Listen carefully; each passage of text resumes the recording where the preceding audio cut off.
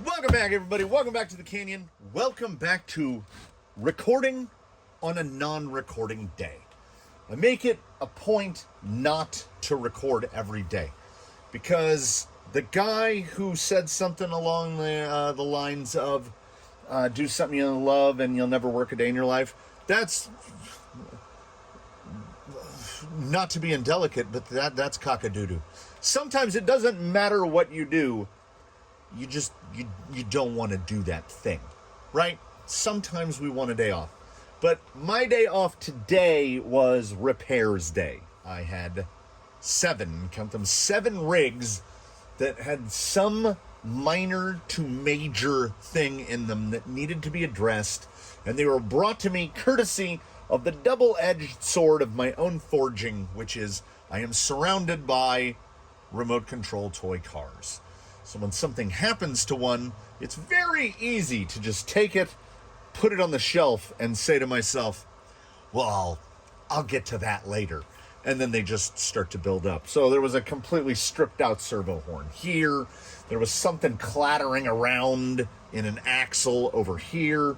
Good old Robo Kitty, who you know, may or may not know. I had built my own gearbox out of Mod 1 pinion gears. So there's 4 Mod 1 pinion gears inside the gearbox. And because of the amount of gear reduction by the time it gets to the output shaft, there's a tremendous amount of torque put on that final gear. So the little set screw, it couldn't handle it. So not too long ago, I was driving it and thought to myself, why did I use a set screw and grind a flat? Why didn't I just drill a hole in the shaft and use a screw pin?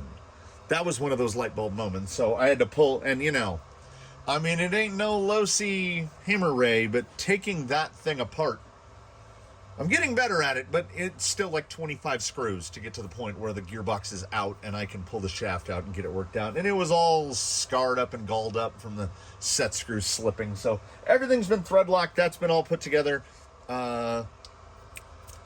The G-Maid had lost an axle pin, so it was in 3-wheel drive for a while. I had to work on the banana. I had 2, I think I mentioned one, I had 2 stripped out servo horns, the $2 Amazons. One because I neglected to put the locking screws in at all, and the other one was being driven, was a loaner, was being driven, and somebody popped it on the corner and just spun the servo horn around, so I don't take any blame for that one. So as I was wrapping up, and I had a pile of stuff accumulating over here by Luffy, which was stuff that was coming out as other stuff was going in, I remembered that my buddy, the owner and the contributor, the gentleman responsible for both the GFO and the Colonel, because the Colonel started off as JLU, the 10-3 kit, and then he got all the stuff and had me build GFO. His original thing that he mushed around here with was a Slash 4x4, which was converted into a Stampede 4x4 and then converted back into a Slash 4x4, and then it was gutted for all of its electronics and it was put in a box to gather dust. And I noticed that in the moving of stuff around, I certainly had enough stuff to put that Slash 4x4 back together. And I thought, well, that's what we need. We don't really have a mess about go-fat, like I'm looking up there, 2S. The only 3S is the laser nut. And as we know, the laser nut, even now with the high racks, even painted white, even mushing around, it does not pass the Kondo test. It still doesn't. It does not spark joy.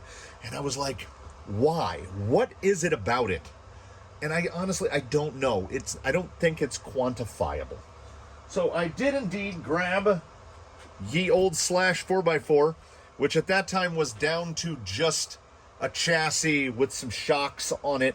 It had no electronics of any kind. It didn't have wheels. It didn't have tires. It didn't have any of that stuff. It needed desperately to be resprung, and the front is still underdamped, I will say. It is running some very old buggy tires called Bulldogs with 1L, and they are fun. So from takeoffs from other rigs, it's got a full crawler system in here. It's got a Copperhead 10 and a Slate 1406 2850 kV. It was being converted into a sedan, hence why it has the sedan bumper, the sedan body mounts. It's got some nice bits on it. There's Lunsford titanium. There's RPM all around. It makes me wonder what we're doing in rock crawlers, because this thing is probably 4 pounds.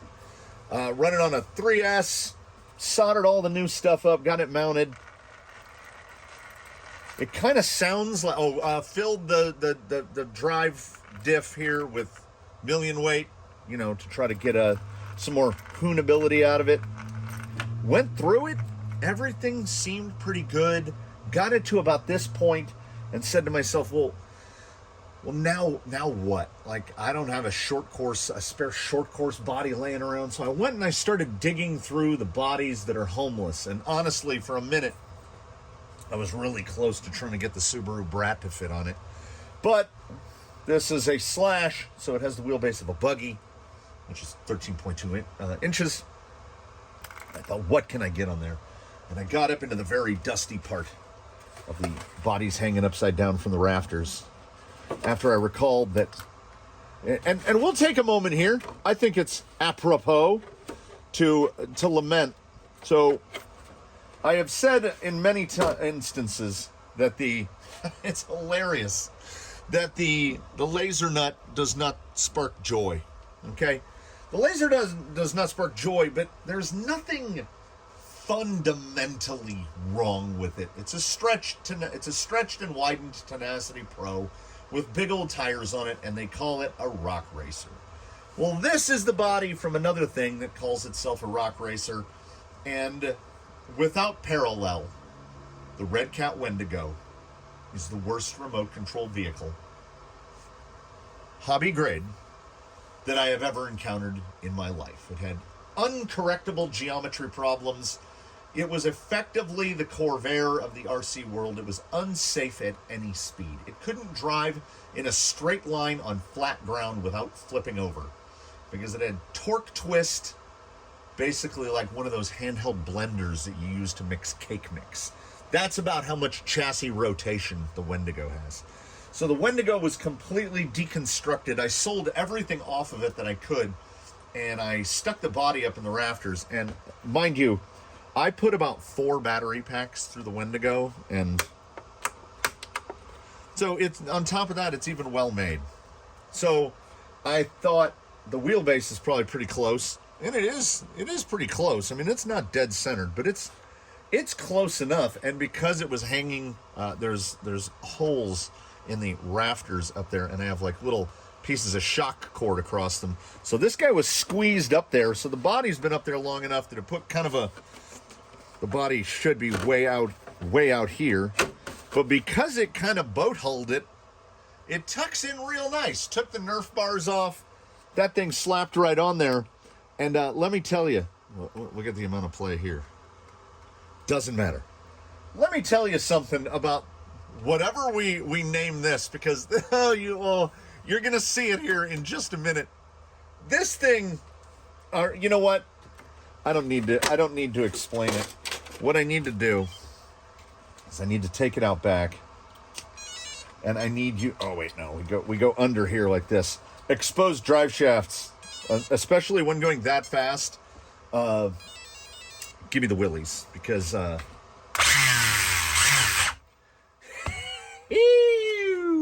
yeah. This is officially an it came from the parts bin type of build. I can't find there's supposed to be like little rocker pieces that go on top of these body mounts. They've got to be in a box around here somewhere. I will find them. Also, when it was a Wendigo, look how close together the factory body holes are. Good, bad. Now, they're so close together, I'm just running one in the back, because the fitment of the body onto the Slash shock towers, it can't rock to side to side. The shock tower is actually pressed up against the inside of the body. So let me show you.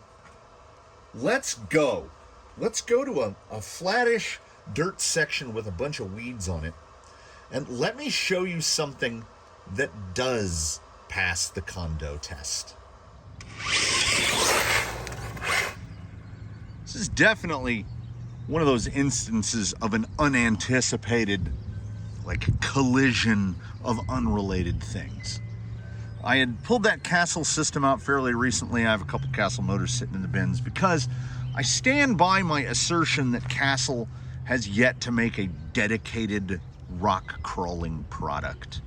They've adapted a lot of their stuff and they've done some firmware stuff, but like, I can't get decent drag brake out of a Copperhead with a 1415 on it.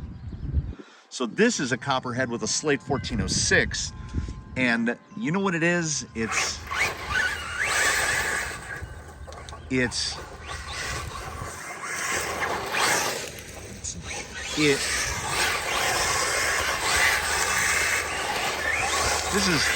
This is how you use a censored motor, everybody.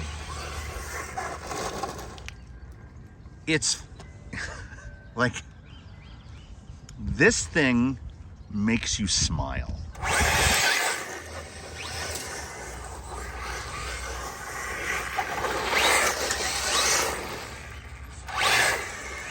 It does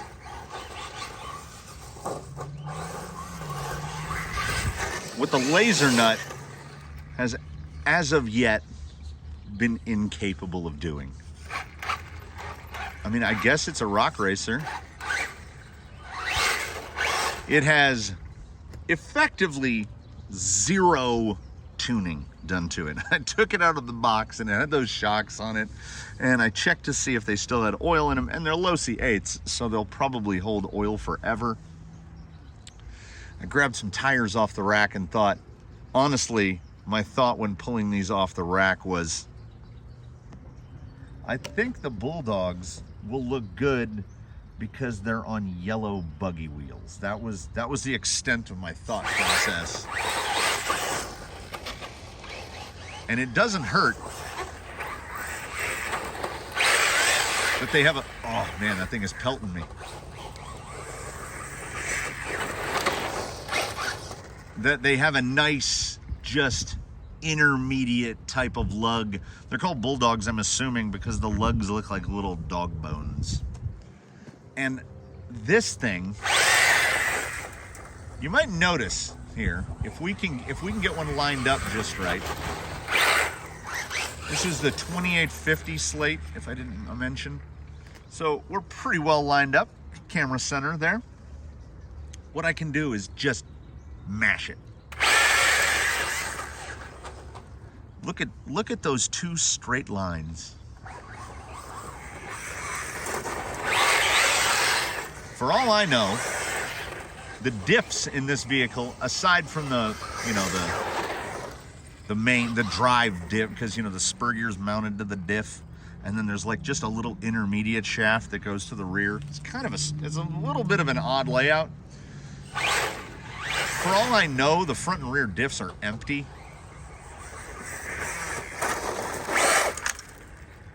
Ow!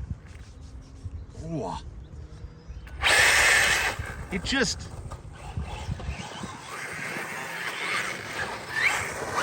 What is not to like?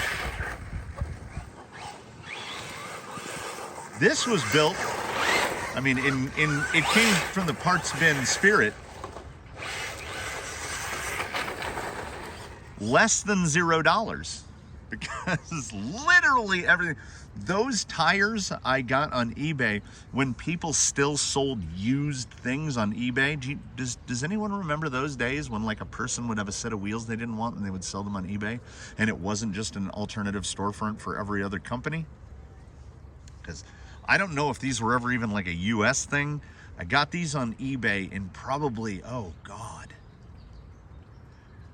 before 2010. So they have to be like 15 years old.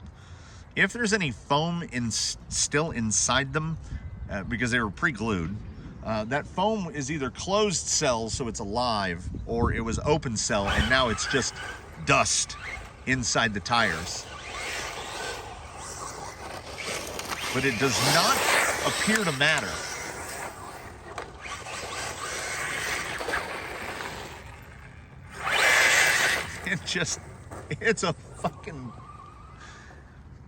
it's it's an absolute blast.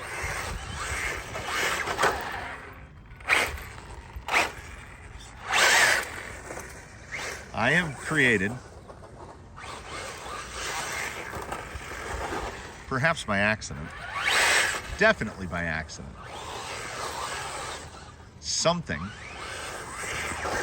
There's definitely a rock in there. The open spur. Open spur, but in like a little well. So I'm not saying that the slash 4x4 is a triumph in design by any means, because that chassis, that little honeycombed chassis there will be a quarter of a pound of dirt, rocks, leaves, sticks, grass, weeds. That thing will be full. It holds them like a basket, which is a strange design choice for a company that sells things pretty much specifically to the basher crowd. I just want to, all I want to do is mash full throttle.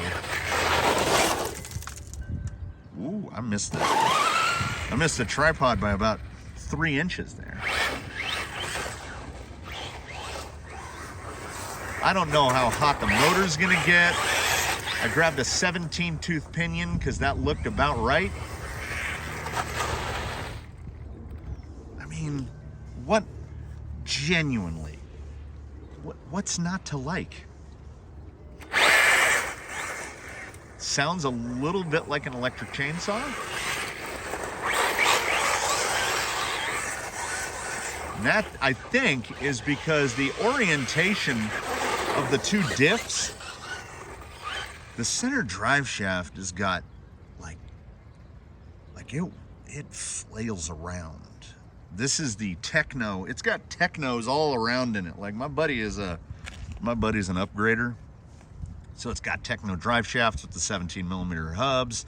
It's got the center techno shaft, all the stuff. And that drive shaft, it really slaps around. So there's a lot of zip ties under there making sure nothing gets into that whirling shaft. Woo! That was closer.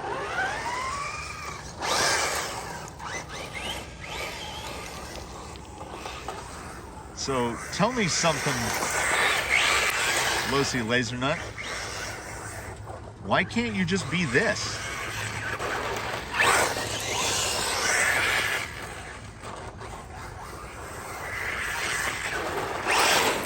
And if it appears to anyone at all faster than the Laser Nut, well, I mean, obviously it is. The Laser Nut's on a 1900 kV on 3S, and this guy's on a 2850 on 3S. But I don't know, like, final drive-wise, this came from the parts bin, man. I have no idea. I've never actually owned I've never owned a four-wheel drive Traxxas that isn't a rock crawler. So I was like, why should this thing just be rotting away in a box when it can be sparking joy, you know?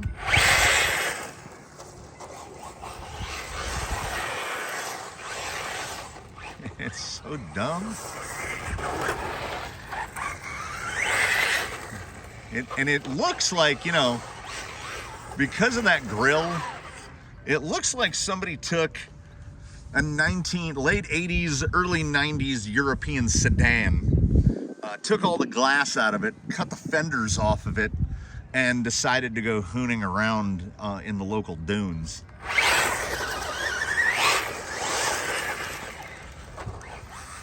Yee! And there's a 25 kg Amazon servo in there, handling the steering duties. And it's plenty. You kind of drive this thing with the throttle anyway. Well, that was a spitter.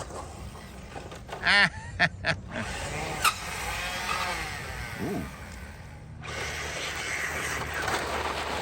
So thank you all for joining me in this little Go Fast interlude, which I think is proof that I will take any opportunity I can to talk bad about the Laser Nut, because it would take more work to make the Laser Nut that than it took to just make that.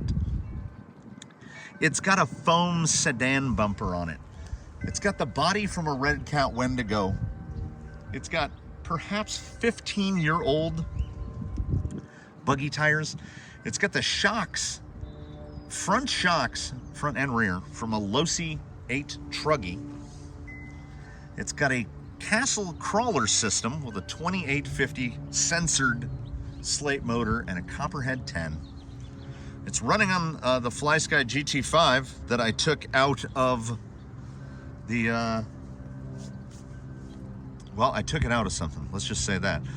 This episode was unplanned, so continuity is an issue. Everyone, I generally, I say these things as if they're absolutes, but, you know, they're not. It's all optional. But I say, like, everyone in their crawling time should drive a rig equipped with an outrunner at some time. Everyone should drive a 6x6 at some time because they're bonkers. I think everyone should somewhere have something like this. The thing that was just put together out of bits and pieces. And it's just fun. It's probably not going to break a lot of parts. And if it does, then it does. It's so much fun. It passes the test with flying colors. And I think it has earned itself a slot up in the garages, even though there isn't an available slot up in the garages. So I think some hard choices are going to have to be made. See what you've done, as of yet nameless parts bin monstrosity. You've led to the future death of someone else, because I'm gonna have to disassemble something. Then I can put an MX3X on this. All day I could. Thanks for joining me, everybody. Thanks for popping in for this non-crawling episode. This is a go fast interlude. Thanks for sticking with the channel, period. You know, thanks for commenting below. Thanks for all the things that you do. So please do continue to comment below. Leave a like if you liked it. Subscribe if you haven't. Do consider a channel membership so we can build more ridiculous dumbstrosities like this one. And we'll keep on keeping on. So until we meet again properly, you know, with something that, you know, isn't just this. Do your best, everybody. Have a good one. We'll see you in the next one. I couldn't end on a better note than that.